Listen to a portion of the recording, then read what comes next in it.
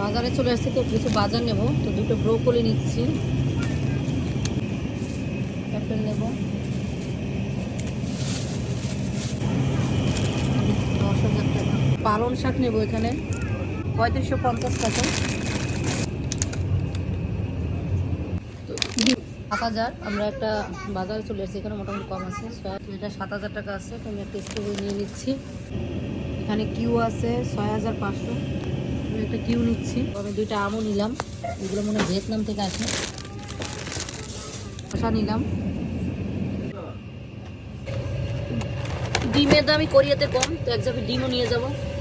একটা তরমুজের দাম এখানে 30,000 টাকা, মানে প্রায় 2800 টাকার মতো, যেটা বাংলাদেশে আমাদের পাওয়া যায় মাত্র 200 থেকে 250 টাকা সর্বোচ্চ। তাতেই আমরা বাঙালিরা বাংলাদেশে কত চিল্লাফেলা করি।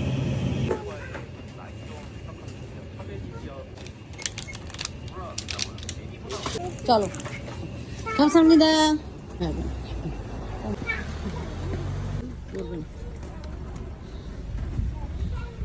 তাসলিমা আসো আসো, আমরা উঠবো।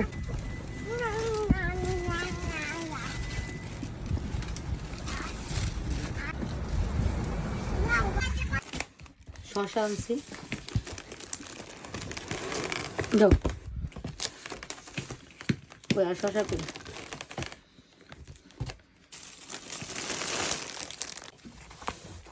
তো যাই হোক, আজকে অনেক বাজারই করলাম, প্রায় এখানে 1 লক্ষ বাজার হয়েছে, বাংলাদেশি টাকা 8,000 টাকার মতো। তো সবাই ভালো থাকবেন, সুস্থ থাকবেন, আল্লাহ হাফেজ।